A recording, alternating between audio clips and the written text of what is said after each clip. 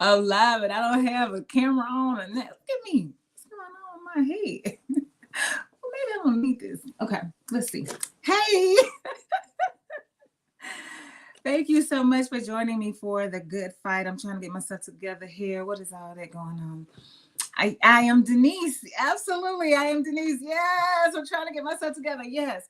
Thank you so much for joining us for the good fight. We are live right here every single Tuesday night at 7 o'clock Central Standard Time. Just pay attention to your devices. They'll tell you exactly what time it is. Don't try to remember with this daylight savings time. Just pay attention to your devices. But we are here to continue this dialogue where I had said it first, I'm so glad. Oh, wait. Let me get the introduction out. Welcome into this space. If this is your first time joining us, welcome. If you come all the time, welcome. If you come some of the time, welcome. If you only come during your normal rhythm and you're never live, welcome. We are glad that you are in this space. However you show up, whenever you show up, in whatever ways you show up, we are glad about it. We are grateful for your presence, grateful for your mindfulness of this time, grateful for your contributions through the comments, through the calls, through the texts, all of the different ways that you let me know that you are present with me in this space. Even when my Zumba instructor was passing out candy that she received, I think from Australia. I think she said she went to Australia. And so she was like, oh, this is good for you. It's ginger or something. And she said, and you need it because I know you talk a lot on your shows. And I was like, how you I was like, thank you. As a matter of fact, I probably need to put that thing in my mouth right now. Here it is. I put it right here. Some kind of ginger something. She's always giving gifts. It's interesting that the teacher is always giving the students gifts. It's usually the other way around. But we are glad that you are here. All the ways that you let us know that you are present with us, that you are supporting us, that you are encouraging us. I'm saying us because T is here. We really appreciate it.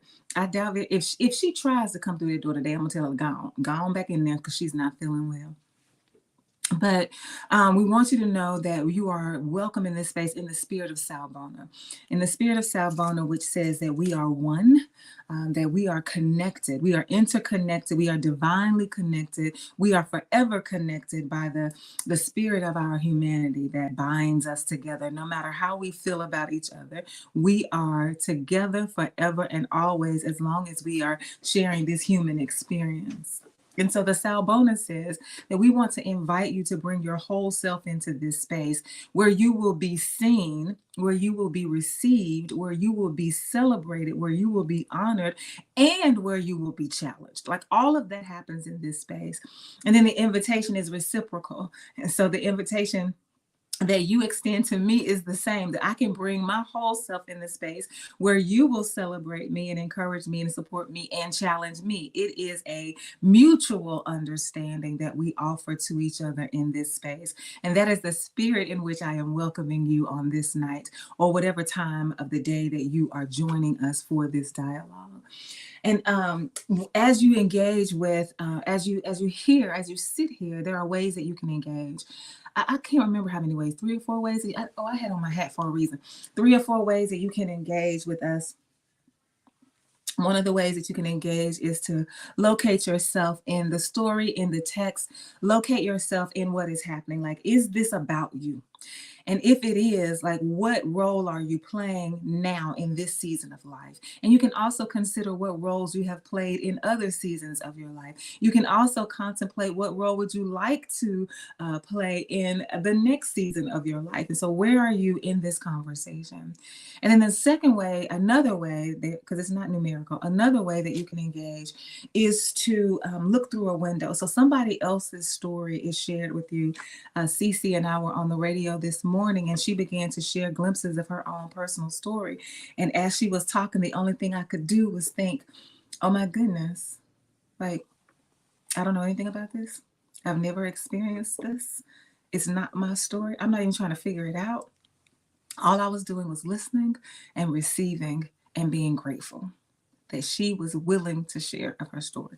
And so that's the posture that you take. Is somebody you're not trying to figure it out. You're not trying to figure out who's in blame, who the blame is, who's to blame. You're not trying to figure anything out. You're not trying to figure out what question you're going to ask. You're listening and receiving with gratitude.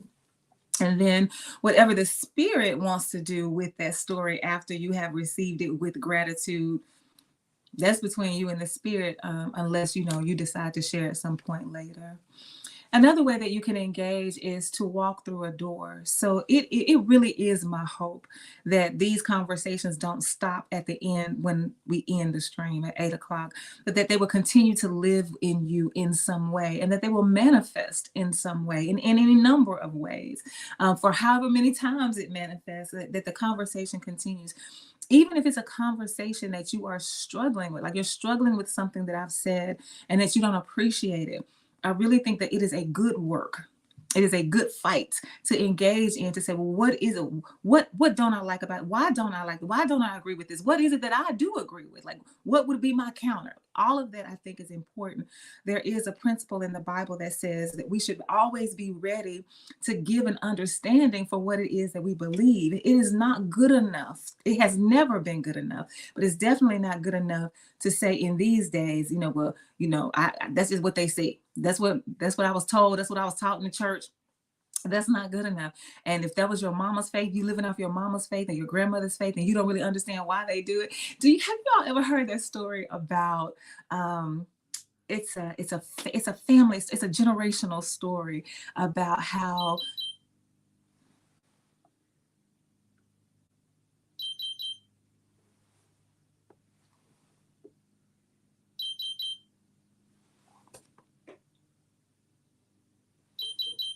what is that? Is it the batteries? Y'all know what that is? Is that my alarm system?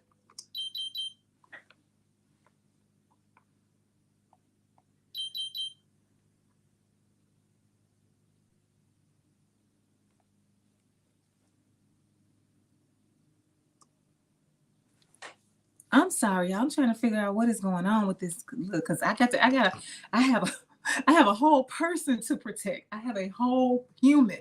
So my apologies. Well, I'm not going to apologize for trying to figure out what was going on with that, but I did not mean for us to be interrupted at that time. But there's a generational story where this woman is cooking something. And she cuts off part of it before she puts it in the pan.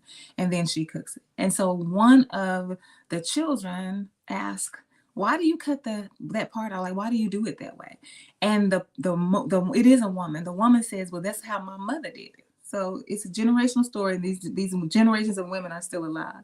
So they go to the mother and say, the child goes to the grandma and say, why you tell mama to cut the head off? And then she says, that's what my mama did. So she goes to the grandmama and says, well, why do you tell them to cut the head off? And the grandmother says, I didn't have a pot big enough for the chicken, whatever it was, a chicken. And so I cut the head off to make it fit in the pot. Well, 3 generations later, they do have a pot that's big enough. Like, they don't have to keep doing this. And so sometimes that's how we operate in our faith. We don't even know why we believe it. We never even bothered to ask. And if we did take the time to ask, we will realize that what was important to believe then no longer applies now. So it's not that it wasn't important to believe then. It's not that it wasn't important to act upon in the way that they acted upon it in the past. It's no judgment. It's just that that's not the now. That's not our reality. So we can adjust and we can make changes. And so, so that is. So what was I talking about? So I was talking about the different ways that you can engage, and I was saying it's not good enough. We have to be ready to give a reason for what we believe. So if we're walking through a door and you're challenged by something that I say, and you had to work that out, so that even that you can figure out for yourself what it is that you have a problem with and the why. So that's where that came from. And then the other way is to comment. You can comment right here. We are right here live. I can pull up the comment. As a matter of fact, there's a comment right here. I can pull up the comment, and then we can talk more about it. Hey, Keith Harper, I got a message to send to you about that event I told you about. I got some more details, so you'll be hearing from me soon. I'm so glad you showed up in the space. I appreciate you.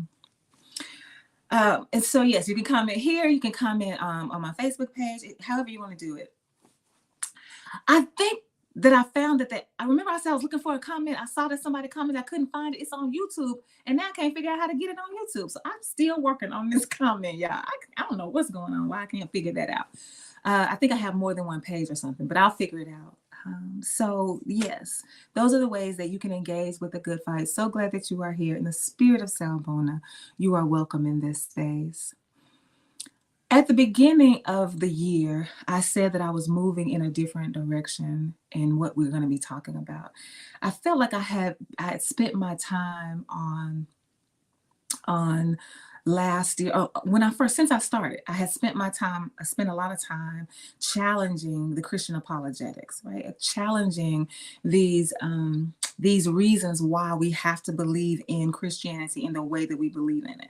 So apologetics simply means that we're going to defend it. So people are defending why why it is important to do all of the things that we have been doing in this constructed religion that we call Christianity. So I spent a lot of time debunking. Now let's really take a look at this. Let's really take a look at that. Let's see what this says. Let's see what that says.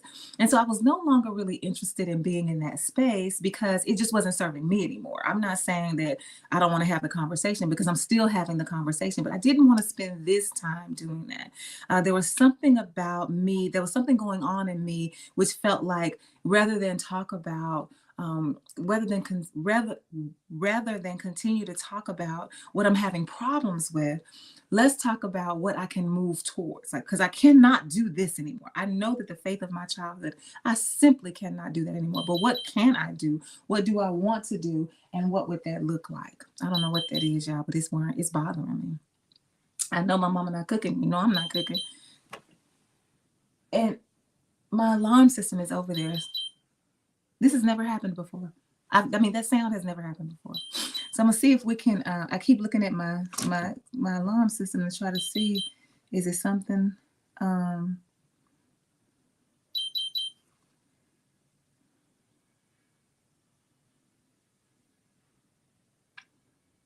I think it's the batteries or something, but I don't know why it has to keep telling me.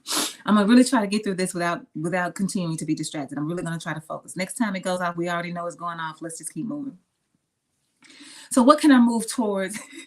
I just thought about this. Sometimes I feel like things like these are things like this are conspiracies. It happens to me on the radio sometimes. I'm like, is y'all doing this on purpose?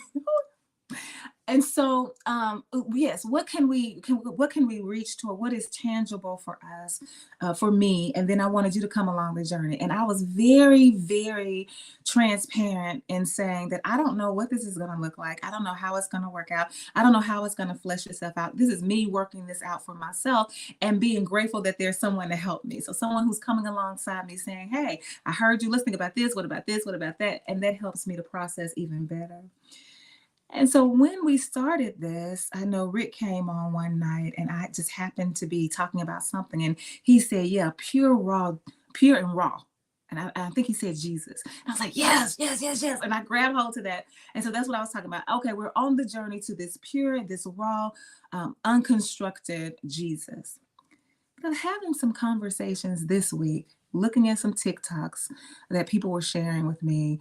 And I'm like, wait a minute. The TikToks, yes, they were very insightful, yes. But I started thinking about my own self.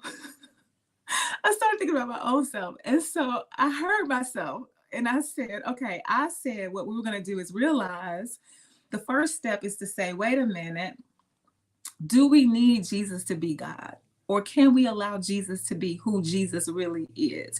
Not the construct of the Messiah, not the construct of God's begotten Son, not the construct of the leader of the Christian church, not the construct founder of not that Jesus. That's a constructed Jesus. If we allow Jesus' story to be told, then Jesus' name would not be God. It would be Jesus and from whatever town he's from. There's other names, but that's basically the way that it was done. Jesus of Nazareth, Jesus, Mary of Magdala, that's the way that they named themselves. And that's our understanding anyway.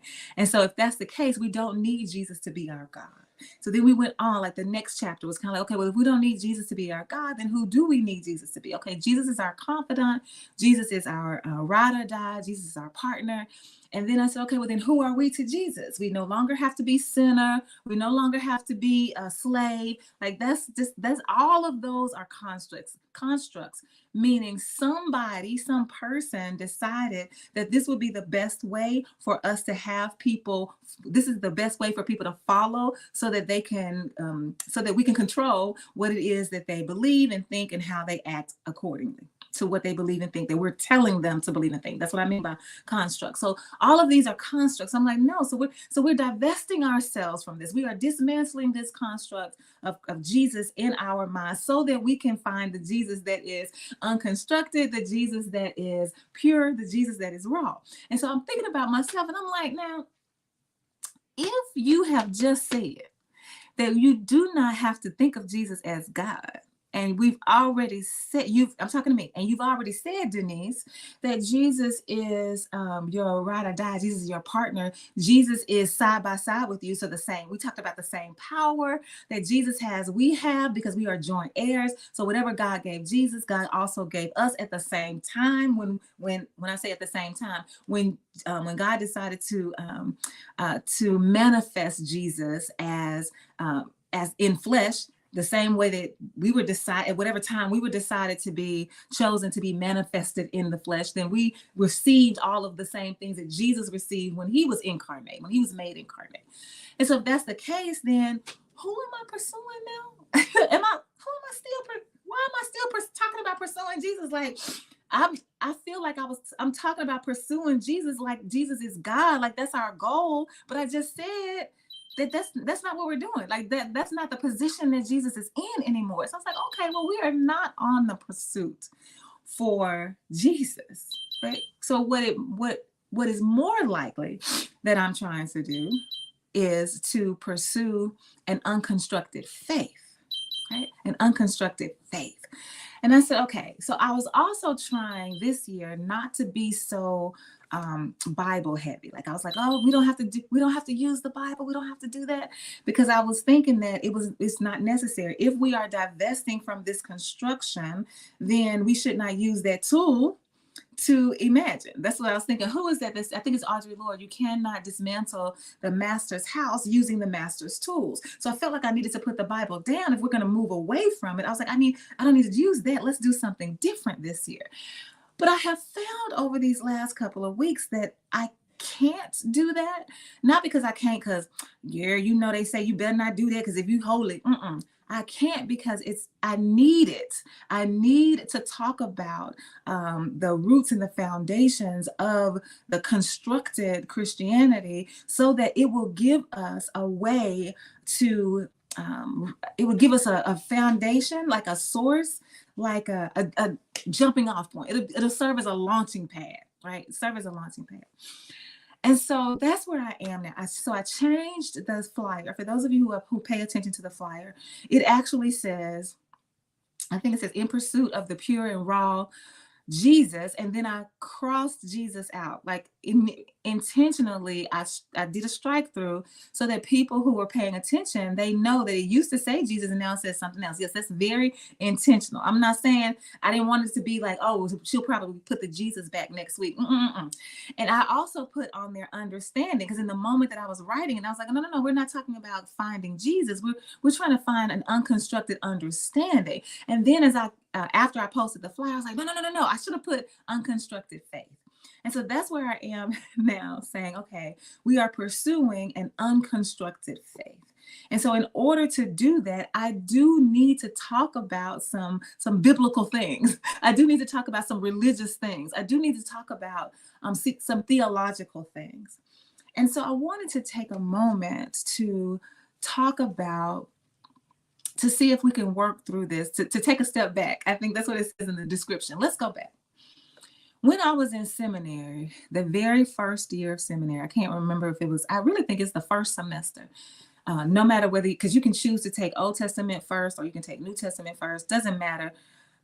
It doesn't matter which one of these classes you find yourself in. I think I chose to take Old Testament first because I kind of felt like that made sense since Old Testament comes first in the Bible. I know now that it wouldn't have mattered, but that's what I was thinking. So it doesn't matter whether you choose to take Old Testament first or New Testament first. The very first thing that you are told that you are going to have to do is to write a credo, write your credo. So in the third year, before you graduate, by the time you graduate, because you can't write it now, because it is a position paper. It is what you personally believe about all of these different aspects of theology, of the study, theology being the study of God. Like, what do you think about all of these areas of that relate to the study of God? And so you've got to have time to learn more, to think more, to process. So you're not going to write it until your third year, but you need to start thinking about it now. So you are introduced to this project that you're going to have to complete in your third year. That's called the credo.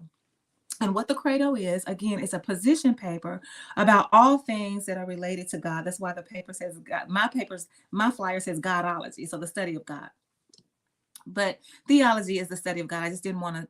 I wanted to focus on God and not all of these other things, because what's included in that. So we're going to think about the theology, which is the study of God. We're going to think about our soteriology, which would be the study of salvation. We're going to think about our pneumatology, which is the study of the Holy Spirit. We're going to think about our Christology, which is the study of Christ. We're going to think about our ecclesiology, which is the study of the church. We're going to think about our eschatology, which is the study of the end times. And so it might be some more ologies. Those are the only ones I remember. As a matter of fact, I didn't even remember the name of the paper. I had to reach out to my classmate, who just happened to text me today, and I didn't even know I was going to have this question for her. But we got close in seminary. We are still in touch. She does a better job of keeping up with me than I do, connecting with me than I do with her. That's just, I'm just being honest. And so I couldn't even remember the name of the paper. So I definitely can't remember all the ologies, but I do remember theology being the study of God, soteriology being the study of salvation, pneumatology being the study of the Holy Spirit, eschatology being the study of the end times, ecclesiology, the study of the church, and Christology is the study of Christ. Now, the reason I said on the flyer that I'm only going to talk about Godology is because I'm not going through all that. That's not what this is about. But I do believe that it is important for us to ask ourselves the question, what is it that we believe about God? Because if we are going to live into an unconstructed faith, we got to know what it is that we have, who it is that we have faith in, or what it is we have faith in. What's this spirit, this supernatural, this external, this power, this essence, this presence, what this nature, this universe, whatever you want to call it, whatever word works best for you. We've got to know what we believe and how we believe about it. And so we've got to spend some time with God. And so I was laughing at myself. I'm like, so you done talked about Jesus ain't got to be God, but here you are continuing to pursue Jesus as if Jesus is the God, as if Jesus is your end goal. And Jesus is not the end goal for me in this season. And so I said, oh, okay. That's why I said, let's take a step back and let's ask ourselves questions about God. Like, who is God to us? Who do we need God to be to us? Why do we need God to be that? How does God show up for us? How does God show up in the world? How do we recognize? Like, all of those questions I think we have to wrestle with in order for us to say, okay, well, if this is who the God is and this is my ultimate goal, then I'm going to start with the end in mind. So if I'm trying to get to God, then how do I get there? So I need to know where I'm going in order for me to figure out the steps to take to get there. Like we talk about all the time, if we want to change our lives, we have to name whatever is going on with us, our trauma, our pain, our hurt, whatever that is, we have to name it first. So we got to know what it is we're trying to attack, and then figure out the ways. So our goal is to get to God, an unconstructed God, a pure relationship with God, a raw relationship with God, a deeper understanding of God, a deeper feeling of God, a deeper knowing and sensing of God's presence. That's where we're headed. Now, let's take a step back and figure out how to get there. And what made me hone in on this, two things happened back to back. I usually am listening to either a crime show or a cooking show. But this time I was going somewhere and I said, I don't want to listen to any of that. I don't want to listen to any of that. I want to listen to something that, I don't know. I don't know if I said in my mind, I said more productive, because I think listening The crime shows for me are absolutely productive, both, and the cooking shows are too. But I was just not in that zone. I was not in that space. And so I save things all the time. I go through my CNN, I go through CNN and the news break, and I read the headlines. And if something captures my attention, I save it. I do the same thing on YouTube. I see things that are popping up on the feed, and I'll say, oh, okay, that might be interesting. I'm going to save this. And so I decided to go to my YouTube list and look at the things that I had, just pick something that I wanted to listen to. I know what it was. I was on my way to the nail shop and I had forgotten my book. And I was like, okay, so I can't read. I want to listen to something. Well, I want to listen to something while I'm doing my nails. And I still need to, so let me find something to listen to. That's what I was looking for. Something to listen to at the nail shop. And I saw Cheryl Lee Ralph. She had a TED Talk, and it's called, oh my goodness, the 3-step guide to something about yourself. The 3-step guide to believing in yourself. And so I'm listening to Cheryl Lee Ralph. I was trying to think, is Cheryl Lee Ralph. It starts with an S. I know that instead of a C. And I'm listening to her. I think it's about 17 minutes long. Actually, if I think this shows up on the YouTube. I mean, I think this shows up on the YouTube. I put the link in there. I couldn't figure out how to put the link in here. I don't know. Maybe I'll make a Facebook post and drop it in there. But I was trying to share with you the link to the talk in case you wanted to talk. But you can just Google Cheryl Lee Ralph, SHERYLLEERALPH. Those are 3 names that she has. And it's about the 3-step guide to believing in yourself. So I'm listening to Cheryl Lee Ralph tell her story. And she gives us these 3 steps. And the 3 steps that we need in order to believe in ourselves is number one, is we have to see ourselves for who we are. So we have to get in touch with ourselves. We need to know who we are, what we are about. Like, you just need to get to the real and raw self. We talking about the real and raw Jesus and the real and raw God. Like, what about your real and raw self? You have to know what it is that challenges you. You need to know your biases. You need to know your prejudices and your stereotypes. You need to know your oppression, how you oppress other people, how you show up as oppressor. You need to know all of these things about yourself because you need a better grasp on who you are. And so that was number one. So see yourself for who you are. And to be able to look yourself in the mirror and be honest with yourself and transparent with yourself and vulnerable with yourself. Now, I'm giving you the points that she gave, but all this other stuff is my interpretation of what she's saying. So this is not verbatim. Don't say she sure didn't say that. I didn't say she said that. I'm going to tell you the 3 points she said. The other stuff is me, my interpretation. So the other thing that she says, I actually wrote it down so that you all can see for yourselves. And the number 2, she said, I'll give them to you, and then I'll put it up. Number 2, she says we have to think. She says think about ourselves, but I broke it down and I said first of all, we have to think. The world in which we live right now is turning and making decisions and setting policies and procedures and practices that are contingent upon the fact that we don't think. Like, they know that we are not thinking deeply about a lot of the things that are happening around us, and they don't want us to. So the world is moving so fast. They got us doing so much. We so busy all the time, got over here, that we don't have time to think. And so Cheryl Lee Ralph says, number 2, we got to think about ourselves, is what she says. But I'm saying, first of all, we got to think. Yes, we absolutely need to think about ourselves. But we also need to think, period. We need to think about everything. We need to think more deeply about everything. And we need to think about ourselves. How do we feel about ourselves? We just said we need to see ourselves. How do we feel about ourselves? What do we know about ourselves? What changes do we need to make? Like, we really need to think. We need to think about what people are saying about us. Think about how we are receiving what people are saying about us. Are we internalizing that? How does that manifest? Like, just think about yourself. And that's step number 2. And then step number 3, we need to act like we believe in ourselves. We need to act like we believe in ourselves. A part of me was like, maybe, is she talking about like fake it till you make it kind of thing? I don't know. I don't know how I really feel about that part. But I think that the way I want to interpret it is that she's saying, act like, if you say you believe in yourself, then you should act like it. If you say that you have confidence, then you should go forth boldly. Like, that's what I feel like she's saying. Like, you can't say you believe in yourself and then be like, well, I don't know if I can do this. Because the two they're not aligned. Those two feelings, those two postures do not align. So that's how I'm interpreting it. Not the fake it till you make it, but act on what you say you believe. Let me see what you say. Okay, let me see what you say. Okay, so here it is. So here are the 3-step guide from Cheryl Lee Ralph. See yourself for who you are. Think about yourself and act like you believe in yourself. And she's using it in the plural. See ourselves for who we are. Think about ourselves. Act like we believe in ourselves. That's how she said. But I made it personal. I learned that a little while ago.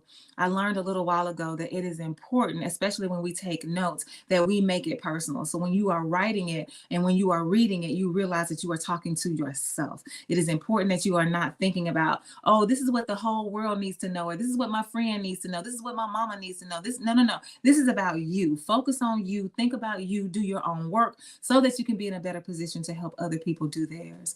And so those are the 3 steps that I got from Cheryl Lee Ralph. I got those from Cheryl Lee Ralph. And immediately after I listened to Cheryl Lee Ralph, the very next thing on my playlist was the song "If Not for Grace" by this man named Calvin Nowell, Nowell. I'll put his name up in just a minute. And I just looked at him. I don't know. I didn't know the name. I didn't recognize the name. I don't even know why I saved it, to be honest with you. Well, when I say I don't know why I saved it, I'm not usually looking for gospel music or Christian music to listen to. I usually stumble onto those things. And as a matter of fact, that's what happened here. So I'm like, I don't even know how this got in my queue. I'm sure that I'm the one who did it because it's my phone, but I don't know what this is about. But I do know that when I looked at him, I felt captivated. It was something about his presence just on the screen. I think he was doing something like this. Like, I don't really know because he's getting ready to sing a song, but you know how it was just like this shot. And so I'm not really sure, but whatever his posture, his face, his presence, even on the picture, I was like, I'm gonna save this. And so for such a time as this that I did not know was going to happen, I do believe in serendipity. Like, things, like, it seems like it's an accident, but it's an accident that actually works out. It's perfect timing. It's really not an accident. It feels accidental. And so I listened to this song, and he has a beautiful voice, and you can tell that he is a psalmist, right? That these are prayers that he has put to music, because that's what the Psalms are. They're prayers that are put to music. That's why the Psalm book is a hymn book, Psalm number 5. If you're at church, turn in your hymn book to hymn number, because we don't say chapters when we get our hymn books, we say numbers. And so Psalms, that's why it's numbers 1 through 150, because this is a hymn book. These are prayers that were set to music. Some people set them to music, but generally speaking, we usually just read the Psalms or we recite the Psalms. And so we're using words that are not set to music. But he felt like, when he first started singing, and I was like, oh my.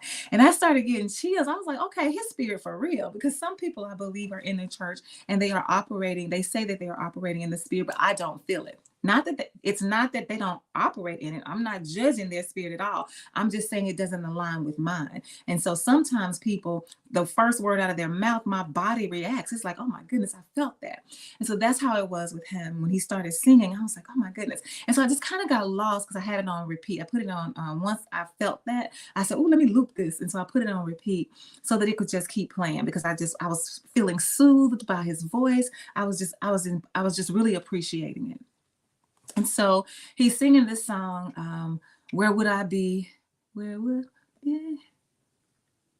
I'm trying to get to I was going to sing the song, but I'm like, I don't need to sing the whole song. I want to focus in on a few parts. But he says the words of the song. He says, where would I be?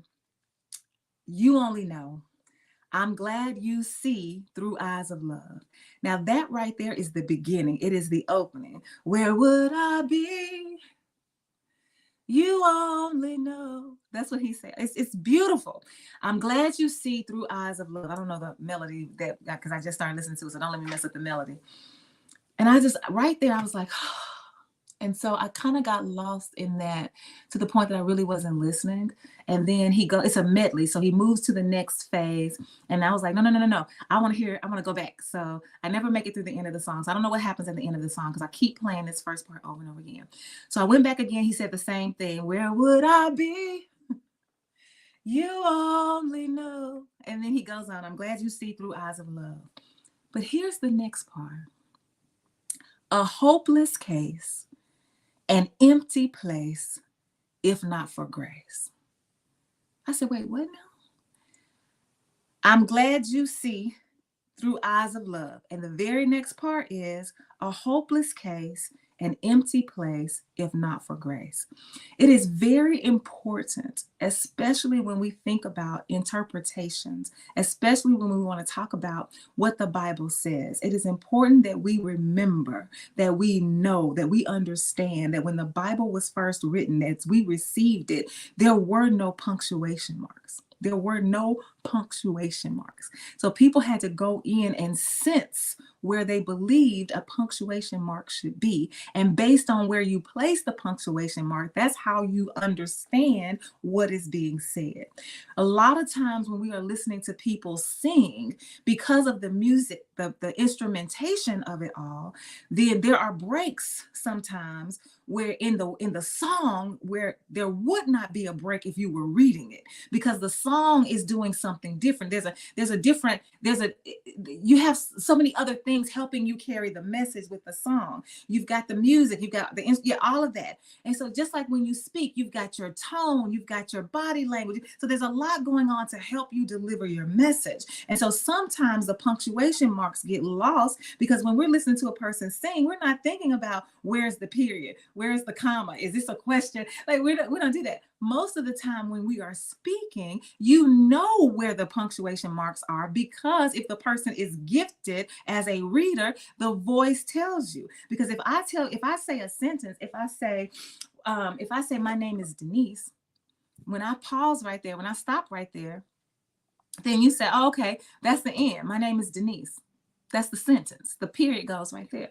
If I say, my name is Denise and my name is Denise and I pause that's a pause because I keep going. And the pause says, okay, this is where I need a comma. If I say, did you mean to say that? Like the way that my voice goes up on the end, that tone, that intonation on the end, that goes up. Did you mean to say that? Like that's what happens when you have a question. Like the question, your eyebrows kind of go up. Like all these things happen to let the person know that you're asking a question. Stop. Okay, that's an exclamation point. If you were writing this and you were reading this, you would know to say it with force because the exclamation point tells you. If you're listening to a song, you do not have the luxury of knowing where the person has placed the punctuation marks. So you really are at liberty to place them wherever you want to as the listener of the song. You have license to do that. And so because you have license to put the punctuation mark wherever you want, you now have control over the message, because you are determining how it's going to be received in your own body based on how you are interpreting it from what you're hearing. Right? And so that's very important for me to say when I pull up, because of what I'm about to pull up. When he says, where would I be? You only know. I'm glad you see through eyes of love. I put a period right there. I'm glad you see. Of course, I believe he's talking about God. He may be talking about Jesus. It may be the 3 in 1. I do not know his theology. I'm assuming, because I know I read his bio, so I know he's a worshiper, and I know that, and I know he wants a deeper relationship. So I'm assuming. I feel safe enough to assume he's talking about God. I don't feel safe enough to say he's talking about Jesus or the Holy Spirit, or I just know it's God, whoever God is to him. So I put a period right there. But because remember, I got so lost. I'm glad you see through eyes of love. I believe God sees through eyes of love. I'm choosing to believe that. But when he kept going and said, a hopeless case, an empty place, if not for grace, I said, wait, what? Let me make sure that I'm hearing this. And so I listened to it all the way home to make sure that I had the words in my head. And then I wanted to look at it because for me, I want to write this down and look at it.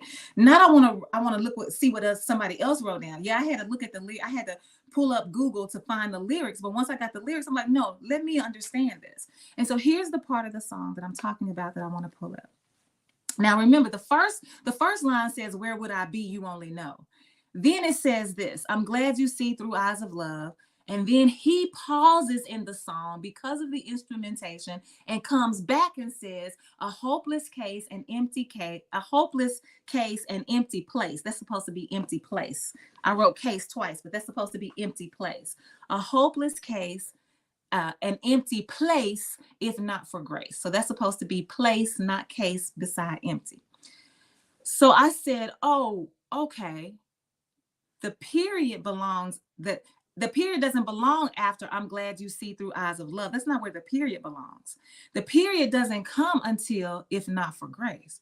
So what he's saying is, I'm glad you see through eyes of love a hopeless case, an empty place, if not for grace. I'm talking to God. God, I'm glad you see through your eyes of love. When you look at me, I'm glad you see through your loving eyes a hopeless case, an empty place, if not for grace. And so what Calvin is singing to us is that it is so amazing for God to see us in need of God's grace. That is the point that he is trying to make. That's why the period goes behind grace, because that is the point of it all. It's because of God's grace that I have this opportunity to be in relationship with God, to know that I can feel the presence of God and be ushered into that presence. Grace makes it possible for me to do that. So I'm so glad, God, that you see through eyes of love this hopeless case that I am, this empty place that I am, if not for your grace. And that bothered me deeply. I had just listened to Cheryl Lee Ralph's story. She's talking about how important it is for us to learn how to believe in ourselves. And when you listen to her TED Talk, she tells you stories about having to overcome the struggles of being the only Black child in her school, where the only person, she couldn't even depend on the teachers to say kind things to her. And she would go home crying because of that. So she's had to overcome this racism. She's had to overcome racism, even as being in Hollywood. She talks about the story about what the Hollywood executive said to her. So she's done all of this work to make sure. And so, yes, Phyllis Brown, you are right there. You are, yes, that is where I am going. That is where I am going with this. And so here we have Cheryl Lee Ralph saying to us, listen to what we need to do, right? You have got to learn how to believe in yourself. You got to think about yourself. You got to act like you believe in yourself. So she is really encouraging us. She is really helping us understand this need to believe in ourselves, to know who we are, to stand firm who we are, to be bold in that, and to be confident in that. And that means that you've got to overcome all of what this world is giving you through sexism, racism, toxic masculinity, ableism, ageism, homophobia, transphobia. Did I say racism? We've got all of this stuff that society gives us. And so we've got to learn how to take a look in the mirror and know who we are and understand the essence of our divinity and stand firm on that. So I had just listened to her with this speech, and then I hear Calvin singing,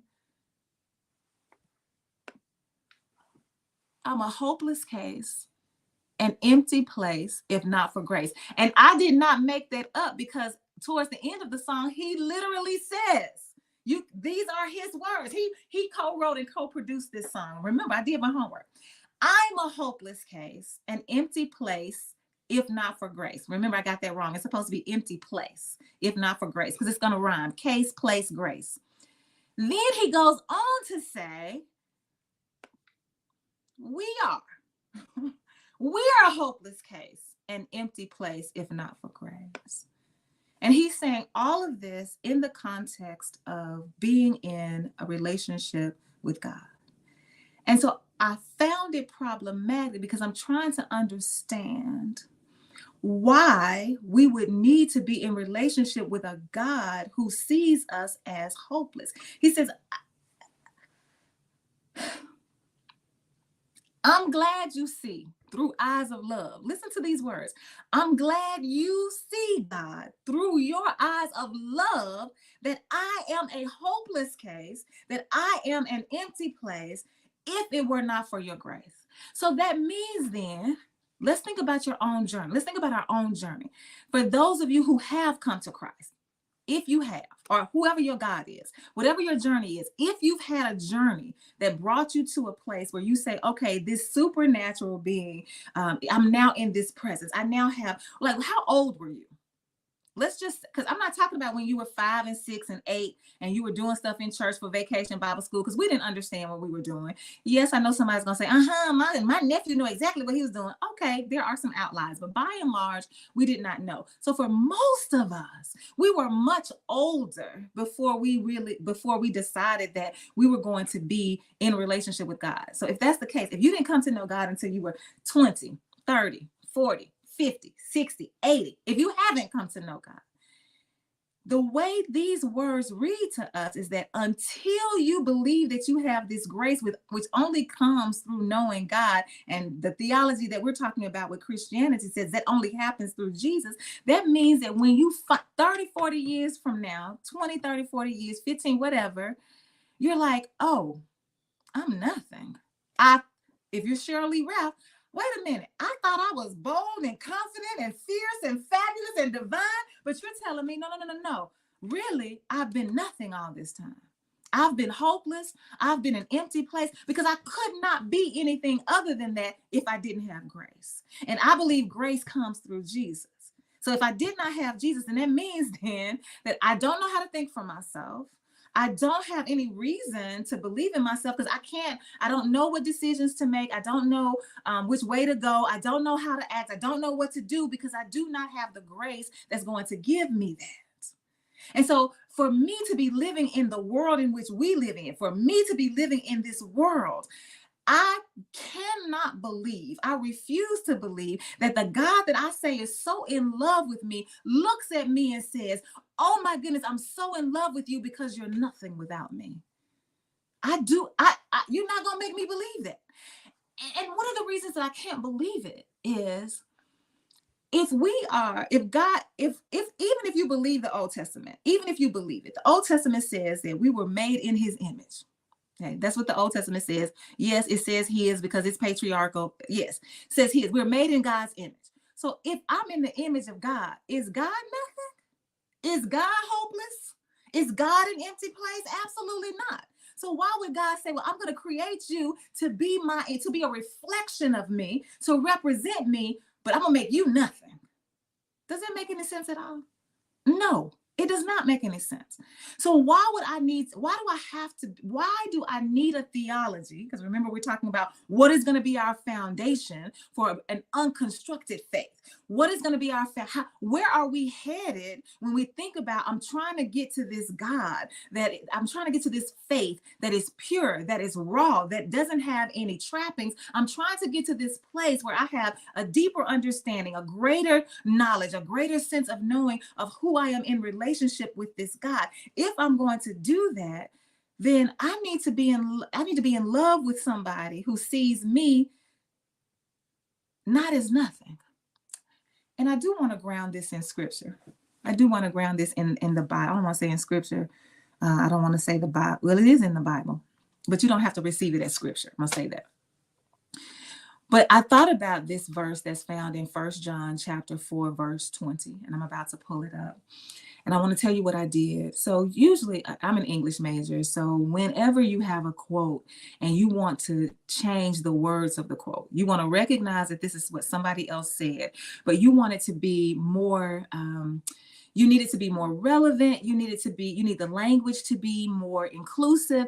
Then you want the quote, you want the message of the quote, but you also want to be careful with what language you use. So you put it in brackets, you write, and in brackets, you put what you want to say here. And that the brackets let the person know, let the readers know that this is not verbatim what the quote says. This is the quote, and then this is the part I put in there. Okay. And so that's what you're going to see when I pull up this quote, that I'm quoting from the Bible, 1 John 4:20. But I have taken the liberty to change some of the words because I did not want to deal with the masculine language. I did not want to do that. And I did not want to talk about I did not want to talk about brother. Yeah, all of the masculine language. So that's what the brackets mean. You're about to see them in a minute. Everywhere you see a bracket, that is me inserting the words that I want to use here because they sound better, they read better, they are more relevant, they are more timely, and they work for the message that I'm trying to deliver better. And so I want to own that. I want to say that out loud because I do have it listed as 1 John, like I'm quoting, and I want you to know I added this part. So here we go with 1 John chapter 4, verse 20. And this is from the Living Bible. If anyone says, I love God, but keeps on hating the whole of creation. At first I said humanity. And I was like, no. Creation is more than just humans. If anyone says, I love God, but keeps on hating the whole of creation, that person is a liar. For if that person does not love the whole of creation, who is right there in front of that person, how can that person love God, whom that person has never seen? Again, if anyone says, I love God, but keeps on hating the whole of creation, that person is a liar. For if that person does not love the whole of creation, who is right there in front of that person, how can that person love God, whom that person has never seen? And I wanted to ground us in that space because that's the question that I'm asking. If we cannot relate to God, if we cannot experience God through creation, we cannot believe that we really know God if we're thinking, oh, God is some spirit that's in the sky somewhere that I cannot reach and I cannot attain until I go to heaven and then I'll see him face to face. That's not even possible because God doesn't have a face. So I guess you're talking about you're going to see Jesus face to face because we believe that Jesus was incarnate like this. But if we're talking about God, God is a spirit. And if God is a spirit, then God is not tangible. The only way that we can experience and we can feel and we can know and we can sense the spirit of God is that there must be a vessel that's used to orchestrate, to usher us into that experience. It happens through relationships with the whole of creation. Now, everybody who knows me knows that I am not down with pets, but I do understand them as part of the whole of creation. And I do understand that people experience love and experience God and experience relationship with their pets. I understand that. So even if you're not talking about a human, there has to be some vessel that you are that you can see, that you can feel, that you can touch, that allows you to have this experience. Otherwise, it's not a real experience. Phyllis Brown says, it was refreshing and perhaps more so empowering that Cheryl Lee Ralph did not mention God or Jesus in her 3-step guide. It was very refreshing and perhaps more so empowering that Cheryl Lee Ralph did not mention God or Jesus in her 3-step guide. Yes, so let's juxtapose this. Cheryl Lee Ralph is in the world, dealing with the people, dealing with the whole of creation, and she's running into these issues, these challenges, because that's what it means to be in relationship with the creation. You run into obstacles, you brush up against differences in ideologies and opinions and lived experiences and challenges, and so you have all this to work through. You're trying to figure out how to love each other, how to coexist with each other, how to get through the arguments, how to press forward, how to step back. That's part of what it means to be in relationship, and we are built around that. So that's her vantage point. I'm living in this world trying to navigate and be the best person I can be, the best divine expression that I am. That's who I'm trying to be. So I got to believe in myself. I got to know who I am. And I got to act like I believe in myself. So this is what she's saying to us. But then Calvin, who says, I want you to know God. And in order for you to know God, you got to be nothing. You got to realize that you're nothing, you're empty. And if you don't have grace, ain't no hope for you. So someone navigating the world says, here, hold on to this and you can make it. But someone who's navigating the spirit says, no. You ain't nothing. You hopeless, you empty, and nothing without grace. And that is because I believe that we do not take the time to view our relationship with God as our relationship with people. There is no relationship with God without a relationship with people. That is what the text is saying. You cannot tell me that you love God if the very people in front of you, if the very creation in front of you, you have a problem with. You hate people who, because of the melanin, the amount of melanin in their skin. The more melanin, the more you hate.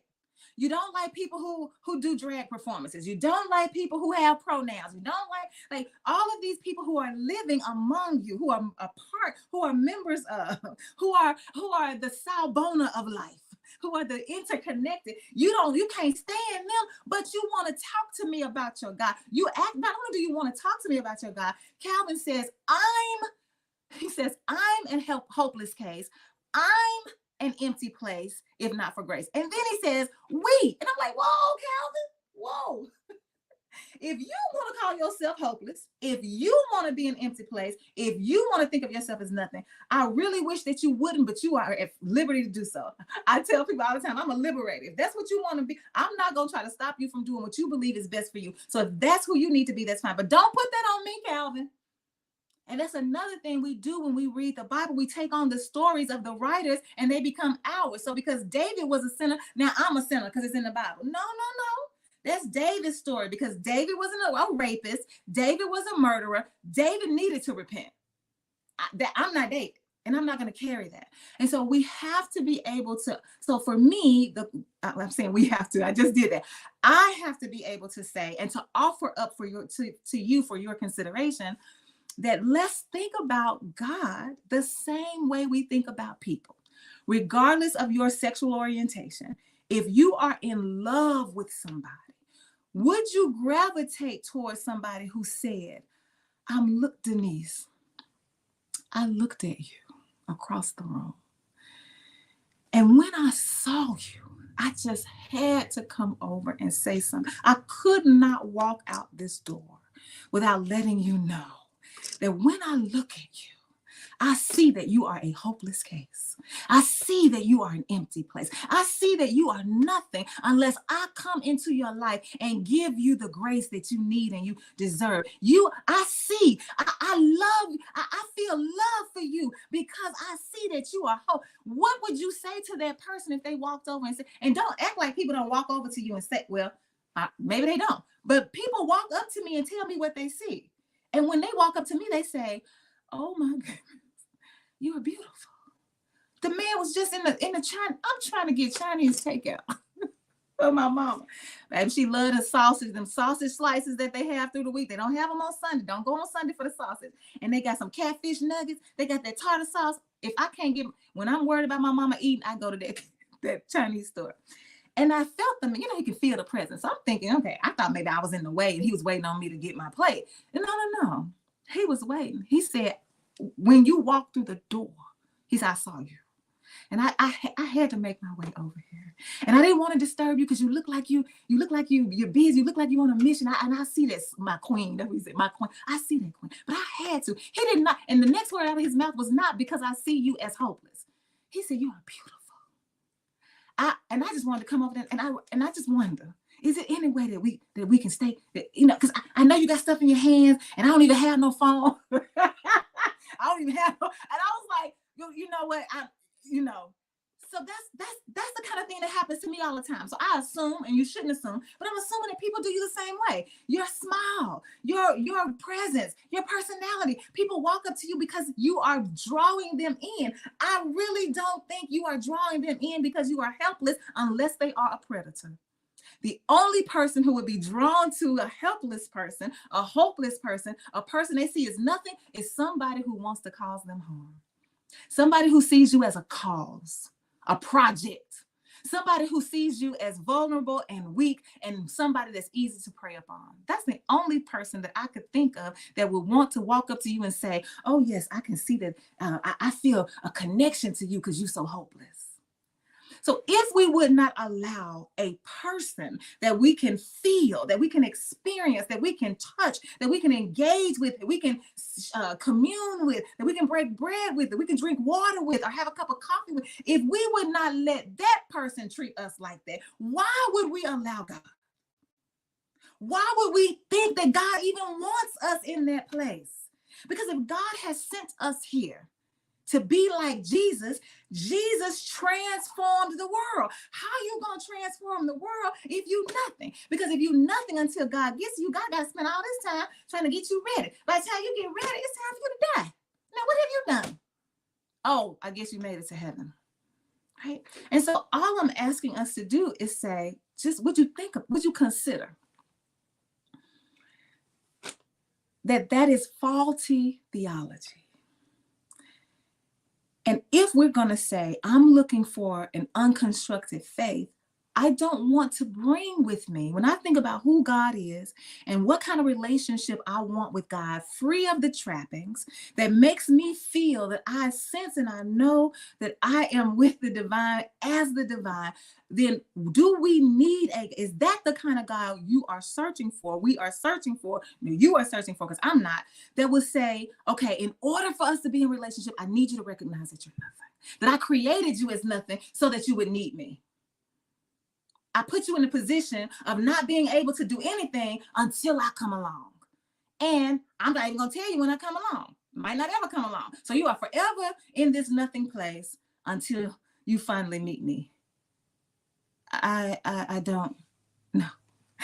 And so that's what I wanted to talk about tonight, theology. Like, we're writing our credo, but we're only focusing on the God part. We're not going to do all the pneumatology, eschatology, soteriology, ecclesiology. We're not doing all that.